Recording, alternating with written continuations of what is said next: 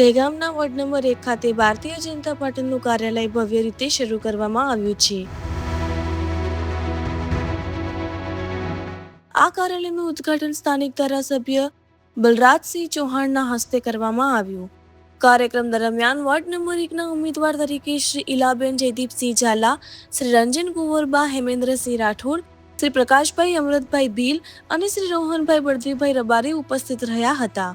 આ પ્રસંગે APMC chairman Sumeru Amin, Dehgam શહેર પ્રમુખ ગોપાલ બારોટ, બિમલ અમીન, જિલ્લા મંત્રી શ્રી ધર્મેન્દ્રસિંહ ચૌહાણ, મનુભાઈ બારોટ, ચંદ્રેશભાઈ પટેલ, કમલેશભાઈ અમીન સહિત અનેક આગેવાનો અને કાર્યકરો મોટી સંખ્યામાં ઉપસ્થિત રહ્યા હતા. કાર્યાલયના ઉદ્ઘાટન સાથે જ ભાજપ દ્વારા ચૂંટણી પ્રચારને વધુ તેજ બનાવવાના સંકેત મળી રહ્યા છે.